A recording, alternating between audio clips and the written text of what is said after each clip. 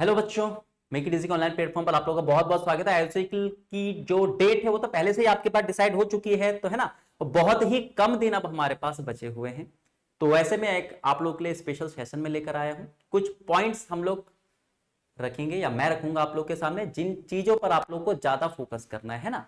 Some important points, तो कुछ important points हैं जो आप लोगों को एग्जाम से पहले थोड़ा सा ध्यान रखना है हर एक चीज को लेकर। मतलब मैं यहां पर आपको मैथ्स और रीजनिंग के रिगार्डिंग बताऊंगा, लेकिन आप उसको हर एक सब्जेक्ट के हिसाब से लेना, टेक्निकल के हिसाब से भी, नॉन टेक के हिसाब से भी, है ना। क्योंकि पेपर में अगर आपको अच्छा स्कोर करना है तो आपको हर एक चीज में, हर एक फील्ड में अच्छा स्कोर करना पड़ेगा। ठीक है, तो चलिए फटाफट से स्टार्ट करते हैं, आ जाओ। सबसे पहले स्टार्ट करते हैं हम लोग अपने मोस्ट इंपॉर्टेंट टॉपिक्स से। मैथ्स से हम स्टार्ट करते हैं, मैथ्स के मोस्ट इंपॉर्टेंट टॉपिक्स। ठीक है, मैथ्स के मोस्ट इंपॉर्टेंट टॉपिक्स तो मैं आपको बता देता हूं। जैसा जैसा देखो जो उन्होंने लिखा हुआ है वो तो है ही। डीआई आपके पास हो गया, प्रोबेबिलिटी आपके पास हो गया, ठीक है। परम्यूटेशन, कॉम्बिनेशन, परम्यूटेशन आपके पास कॉम्बिनेशन हो गया, रेशो हो गया आपके पास, है ना, परसेंटेज हो गया। ठीक है, मेनली आपके पास यही चीजें लिखी हुई हैं उसमें, ये चीज तो आपके पास इंपॉर्टेंट है ही। लेकिन देखो ये मत सोचो कि सिर्फ यही चैप्टर आएंगे, इसके अलावा कुछ नहीं आएगा। उन्होंने रेशो दिया है, रेशो आपके पास एक रूट होता है चैप्टर। रूट चैप्टर का मतलब क्या होता है, जिससे अदर चैप्टर से जुड़े होते हैं। कौन कौन से, जैसे आपके पास एज इससे जुड़ा हुआ रहता है। पार्टनरशिप की अगर हम बात करते हैं तो पार्टनरशिप इससे जुड़ा रहता है। पार्टनरशिप के बाद अगर हम बात करें तो टाइम एंड वर्क और पाइप एंड सिस्टम इससे आपके पास जुड़ा हुआ है। और इसी से आपके पास मिक्सचर एलिगेशन, मिक्सचर एलिगेशन इससे जुड़ा हुआ है। तो ये मत सोचो रेशो लिखा हुआ है तो इसमें से किसी का क्वेश्चन नहीं मिलेगा, आ सकते हैं इसमें से किसी के भी क्वेश्चन। ठीक है, परसेंटेज अगर लिखा है तो इसका मतलब ये मत सोचो सिर्फ परसेंटेज का ही आएगा क्वेश्चन। जिस भी क्वेश्चन में परसेंटेज होते हैं वो सारे के सारे आपके चैप्टर्स आ सकते हैं। ठीक है, चैप्टर्स के क्वेश्चन आ सकते हैं। जैसे हम प्रॉफिट एंड लॉस की बात करें, प्रॉफिट एंड लॉस आ सकता है, SICI आपका आ सकता है। ठीक है, तो ये चीजें आप लोग को क्या करनी है, कवर करनी है। ठीक है, बाकी आपके पास सर्ट्स एंड इंडिसेस, सिंप्लीफिकेशन की बात हुई नहीं है,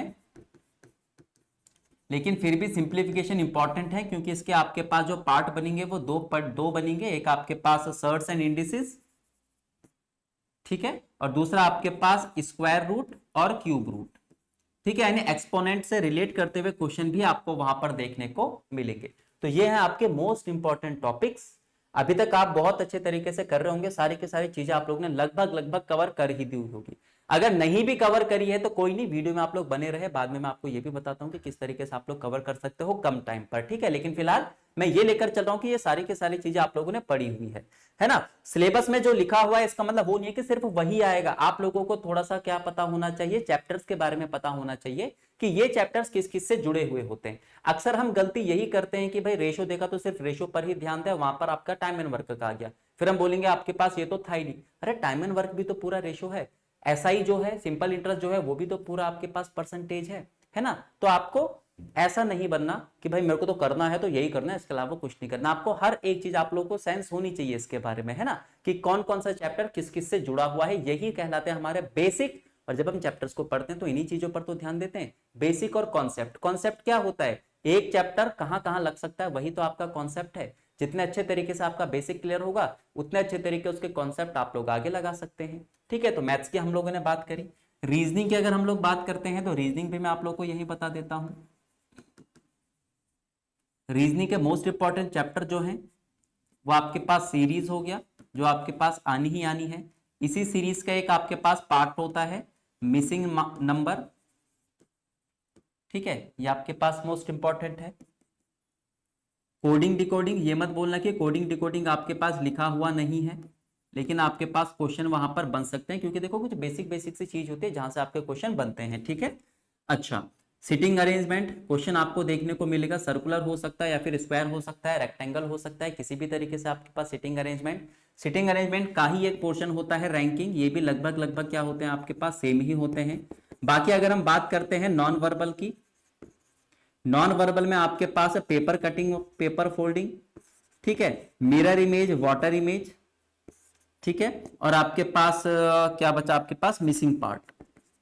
ये मोस्ट इंपॉर्टेंट है। हालांकि आपके पास नॉन वर्बल बहुत बड़ा है, लेकिन ये कुछ मोस्ट इंपॉर्टेंट चैप्टर हैं जो आप लोगों ने कवर करने हैं। सीरीज हो गया, मिसिंग नंबर उसी के अंदर आता है। मिसिंग नंबर जिसमें आपके पास इस टाइप से क्वेश्चन देखने को मिलते हैं, ऐसे बना दिया जाता है बॉक्स, है ना, कुछ भी नंबर आपके पास लिख दिए जाते हैं। ठीक है, बाकी आपके पास देखो एनालॉजी है, यहां मैं आगे लिखता हूं एनालॉजी, प्लस आपके पास क्लासिफिकेशन, क्योंकि जिस तरीके से उन्होंने सिलेबस लिखा हुआ है वो इंडिकेट करता है कि एनालॉजी और क्लासिफिकेशन के दो टाइप के क्वेश्चन आपको देखने को मिलेंगे। एक वर्ड एनालॉजी, वर्ड क्लासिफिकेशन, और दूसरा आपके पास नंबर एनालॉजी और नंबर क्लासिफिकेशन। ठीक है, तो ये है आपके पास मोस्ट इंपॉर्टेंट। इसका मतलब ये नहीं कि आप लोग को कुछ भी और चीज नहीं पढ़नी, कि आपको डाइस नहीं पढ़ना, आपको वेन डायग्राम नहीं पढ़ने, सिलोगिज्म नहीं पढ़ना, आप लोग को ब्लड रिलेशन नहीं पढ़ना, ऐसा नहीं है। आप लोग को डायरेक्शन नहीं पढ़ना, ऐसा नहीं है। मैं यहाँ पर आपको मोस्ट इंपॉर्टेंट बता रहा हूं जिनके आने की प्रोबेबिलिटी थोड़ी ज्यादा है, लेकिन इसका मतलब ये नहीं कि आपके पास अदर चैप्टर कोई भी नहीं आ सकते। आपको हर एक चीज कवर करनी है, लेकिन लास्ट टाइम पर हम लोग क्या करते हैं, जो मोस्ट इंपॉर्टेंट टॉपिक्स होते हैं उन पर ज्यादा फोकस करते हैं। ठीक है, लेकिन इस ज्यादा फोकस करने के कारण आप लोग बाकी चीज को छोड़ मत देना। तो ये आपके पास मैथ्स का है जो आपको अच्छे तरीके से कवर करना है, ये आपके पास रीजनिंग के हैं, ये मोस्ट इंपॉर्टेंट टॉपिक्स हैं। ये तो आपको करने ही करने, प्लस इनके अलावा भी करने हैं। ठीक है, मोस्ट इंपॉर्टेंट बताएं, क्या पेपर में बोलोगे सर आपने तो बोला था यही करके जाओ, तो आया ही नहीं, बाकी के आपके पास क्वेश्चन पूछ ले गए। मोस्ट इंपॉर्टेंट का मतलब क्या होता है, ये नहीं कि यही आएगा, इसके आने की आशंका थोड़ी ज्यादा है। ठीक है, अदर चैप्टर्स भी आपके आ सकते हैं। ठीक है, चलो ये तो हमने अपनी बात करी प्रिपरेशन को लेकर, अपने सिलेबस को लेकर।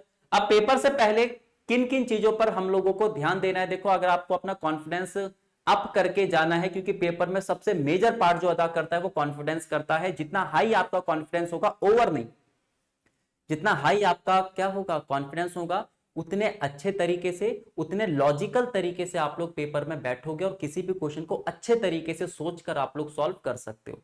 तो confidence is the key most important part of exam from my point of view is confidence. अब बढ़ाएंगे कैसे बढ़ाएंगे कैसे हम लोग कॉन्फिडेंस, वो हम देखते हैं। तो कुछ बेसिक से पॉइंट्स मैं आप लोग के सामने रख रहा हूं। देखो, सबसे पहला तो सिलेबस आपका कवर होना चाहिए। इतने टाइम से आप लोग हमारे साथ जुड़े हुए, इतने टाइम से आप लोग हमारी क्लासेस देख रहे हो, कोर्स भी आप लोगों ने लिया होगा, तो सिलेबस आपका कंप्लीट होगा। अच्छा, दूसरी बारी आती है उसके रिवीजन की। रिवीजन किया होना चाहिए, हर किसी के लिए यही चीज है, टेक्निकल के लिए भी यही चीज है, नॉन टेक के लिए भी यही चीज है। ऐसे नहीं कि मैथ्स और रीजनिंग के लिए यही चीज है, ये आपका इंग्लिश के लिए भी है, या आपका टेक्निकल के किसी भी पार्ट के लिए है। सिलेबस आपका कंप्लीट होना चाहिए, रिवाइज आपने किया होना चाहिए। और थर्ड चीज आपके पास क्या होती है, प्रैक्टिस, क्योंकि जब तक आप लोग प्रैक्टिस नहीं करोगे, अक्सर क्या होता है कि हम सिलेबस पढ़ तो लेते हैं लेकिन प्रैक्टिस नहीं करते। तो भाई ऐसा नहीं है कि सिर्फ बुक्स होने से, सिर्फ नोट्स होने से किसी की बात सिलेक्शन हो जाता है। अगर ऐसा होता ना कि सिर्फ बुक्स और नोट्स से किसी का सिलेक्शन हो जाता, तो जितने भी आपके पास बुक सेलर होते हैं, नोट्स सेलर होते हैं, जिनके पास पता नहीं कितने नंबर में बुक्स और क्या पढ़े होते हैं, नोट्स पढ़े होते हैं, उनका सिलेक्शन हुआ होता है, वो आईएएस पीसीएस होते। ऐसा नहीं है, जब तक आप उन नोट्स, उन बुक्स को खोलोगे नहीं, पढ़ोगे नहीं, तब तक कुछ नहीं हो सकता। रखने से कुछ नहीं हो सकता। ज्ञान तभी आता है जब बुक्स आपकी खुलती है, बंद बुक आपके पास किसी भी काम की नहीं होती है। ठीक है, अच्छा, ये तीनों चीजें आप लोगों ने सबसे पहले करनी है, ताकि आपके माइंड में ये रहे कि हाँ हमने चीजें करी हुई हैं, तो अब मैं अगले स्टेप पर बढ़ सकता हूं, अपने फाइनल स्टेप पर बढ़ सकता हूं। और हमारा फाइनल स्टेप जो है वो है मॉक टेस्ट। फाइनल स्टेप हमारा क्या होता है, मॉक टेस्ट होता है, क्योंकि मॉक टेस्ट हमें बताता है कि आपको अभी भी किस चीज पर कितना काम करने की जरूरत है। मॉक टेस्ट कभी भी आपके पास 2-3-4 दिन पहले नहीं लगाए जाते। मॉक टेस्ट हमेशा आपके पास 1-1.5 हफ्ते पहले ही लगाया जाता है, या उससे पहले भी आप लोग लगा सकते हो, अगर ये चीजें आप लोग की कवर है तो। जैसे ही ये चीजें आप लोग की कवर हो जाए, उसके बाद डायरेक्ट आप लोग क्या लगाओ, मॉक टेस्ट लगाओ। ठीक है, डायरेक्ट क्या लगाओ आप लोग, मॉक टेस्ट लगाओ। अब मॉक टेस्ट आपको देखो, दूध का दूध कहते हैं ना कि पानी का पानी कर देता है। जब तक हम लोग चीजें कवर करते हैं, रिवाइज करते हैं, प्रैक्टिस करते हैं, तब तक हमें लगता है कि हमें सब कुछ आता है। लेकिन आप लोग के साथ भी ऐसा हुआ होगा, पेपर में बैठे और सिंपल सा क्वेश्चन जो लगता है कि हमने पढ़ा हुआ है, लेकिन फिर भी हम नहीं कर पाते। क्यों? क्या वो क्वेश्चन इसलिए नहीं हुआ कि हमने पढ़ा नहीं है? नहीं, वो क्वेश्चन इसलिए नहीं हुआ कि हमने पढ़ा तो है लेकिन रिवाइज नहीं करा, उसकी प्रैक्टिस हम लोगों ने अच्छे से नहीं करी, है ना। उसमें हमने इंपॉर्टेंट पार्ट देखा नहीं कि उसका इंपॉर्टेंट पार्ट क्या है। क्योंकि मॉक टेस्ट में क्या होता है कि ये जो चीजें आपने अभी थ्योरी के बेस में पढ़ी है सारी की सारी, वो क्वेश्चन के फॉर्मेट में आती है। और जब आप थ्योरी के फॉर्म में किसी को पढ़ते हो तो आपको शायद उतनी इंपॉर्टेंट उसकी पता नहीं चलती। कि उस, माना कि आपके पास एक सेंटेंस है ना, 5-6 लाइन का आपके पास पूरा का पूरा एक पैराग्राफ है, आप उसको पढ़ लोगे, लेकिन आप उसमें क्या क्या इंपॉर्टेंट पॉइंट्स बन सकते हैं एग्जाम के पॉइंट ऑफ व्यू से वो नहीं पता कर पाते। तो मॉक टेस्ट में जब वही चीज आपका क्वेश्चन के फॉर्मेट में आती है तब हम थोड़ा सा फंस जाते हैं कि यार इसके बारे में पढ़ा तो था लेकिन ऐसा नहीं पढ़ा था।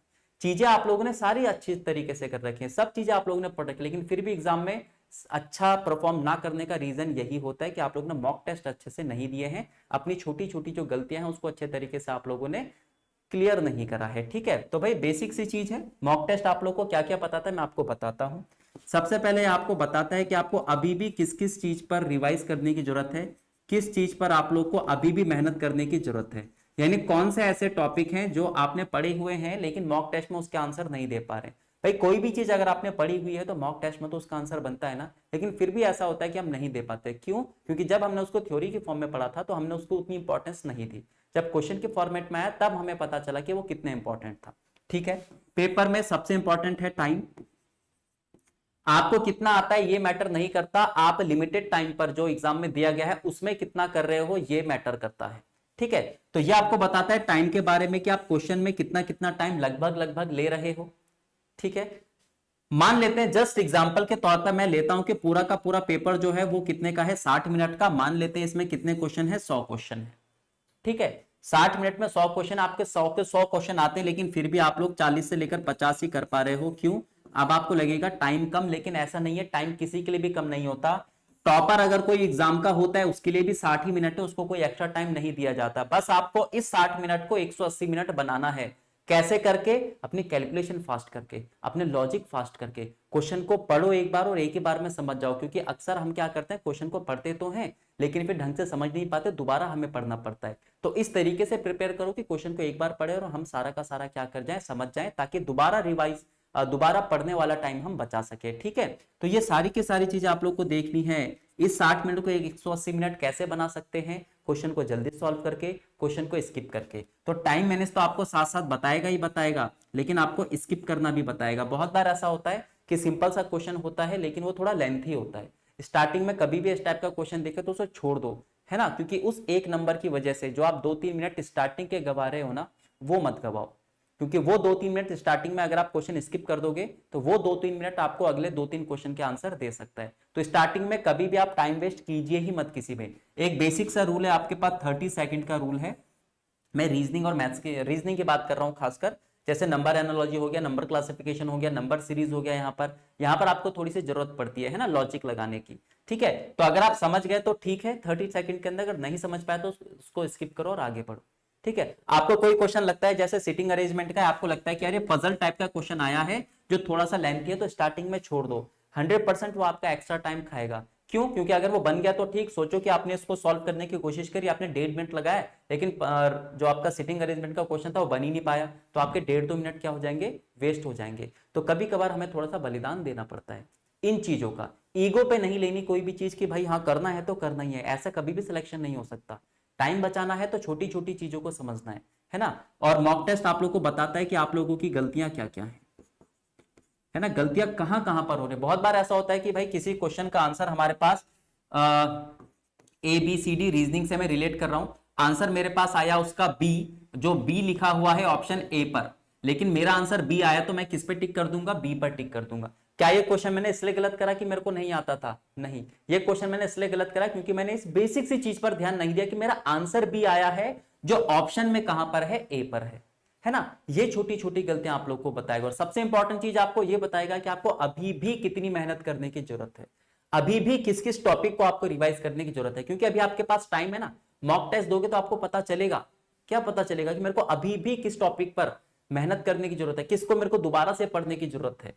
ठीक है, तो बाकी देखिए मॉक टेस्ट मैंने कहा बहुत जरूरी है, आप किसी भी प्लेटफॉर्म से दे सकते हो, फर्क नहीं पड़ता, बस आप लोग दीजिए जरूर एग्जाम से पहले। अगर आप हमारे प्लेटफॉर्म से देना चाहते हैं तो आप लोगों के लिए स्पेशल आपका बनाया गया है।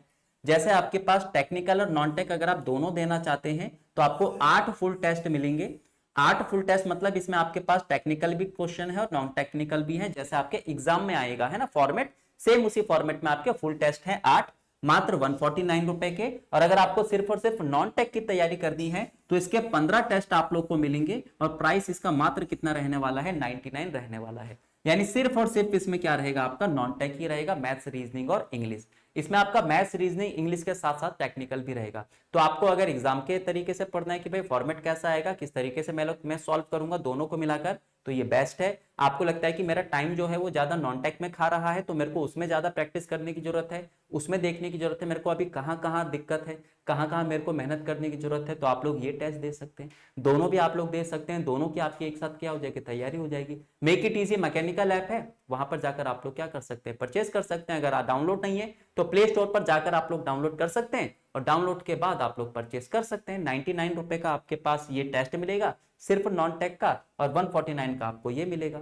अगर आपको अभी भी लगता है कि मेरे को सिलेबस कवर करना है, मेरे को सिलेबस कवर करना है, नॉन टेक का भी कुछ पोर्शन मेरा छूटा हुआ है, टेक्निकल का भी मेरा कुछ पोर्शन छूटा हुआ है, तो अगर आप नॉन टेक और टेक्निकल का एक साथ बैच चाहते हैं तो ये रिकॉर्डेड बैच है, 1250 रुपए का पड़ेगा 50% ऑफ पर। ठीक है, अगर आपको लगता है कि मेरे को टेक्निकल नॉन टेक एक साथ कवर करना है, अभी भी कुछ पोर्शन मेरे छूटे हुए हैं, तो आप ये बैच परचेज कर सकते हैं, 50% ऑफ पर है। आपको अगर लगता है कि यार टेक्निकल तो मेरा ठीक ठाक है लेकिन नॉन टेक मेरे को थोड़ा करना है, लेकिन अगर थोड़ा सा कम प्राइस में मिलता तो ठीक रहता, तो सिर्फ और सिर्फ नॉन टेक भी आप अपना प्रिपेयर कर सकते हैं, मैथ्स रीजनिंग और इंग्लिश। 699 इसका प्राइस है, लेकिन कूपन कोड लगाना पड़ेगा, तब आपको 350 का पड़ेगा। कोई भी आपको डायरेक्ट हाफ का नहीं पड़ेगा जब तक आप कूपन कोड अप्लाई ना करो। तो ध्यान रखना कि जब आप परचेस करो तो कूपन कोड MIE जरूर वहां पर क्या करो, आप लोग अप्लाई करो, तब 50% ऑफ मिलेगा। ठीक है, तो चलिए फिलहाल आज के सेशन में इतना ही रखते हैं, बाकी ऐसी और इंफॉर्मेटिव सेशन में आप लोग के लिए लाता रहूंगा, ताकि आप लोग लास्ट में ना एग्जाम में वो छोटी छोटी गलतियां ना करो। सेल्फ एनालाइज बहुत ज्यादा जरूरी है, आपको पता होना चाहिए कि कहां कहां पर मैं गड़बड़ कर रहा हूं, वो कहां से होता है, मॉक टेस्ट से चेक होता है, तो मॉक टेस्ट जरूर दीजिए। ठीक है, मैं एक बार और बता रहा हूं, मैं कहना चाह रहा हूं कि सिर्फ ये नहीं है कि भाई यहीं से मॉक टेस्ट दो, कहीं से भी देना चाहते हो कहीं से भी आप लोग दे सकते हो, हमारे प्लेटफॉर्म में देना चाहते हो तो हमारे प्लेटफॉर्म से भी आप लोग दे सकते हो, लेकिन मॉक टेस्ट दीजिएगा जरूर। ठीक है, तो चलिए फिलहाल आज के सेशन में इतना ही रखते हैं, मिलते हैं अगले सेशन में। Okay, thank you.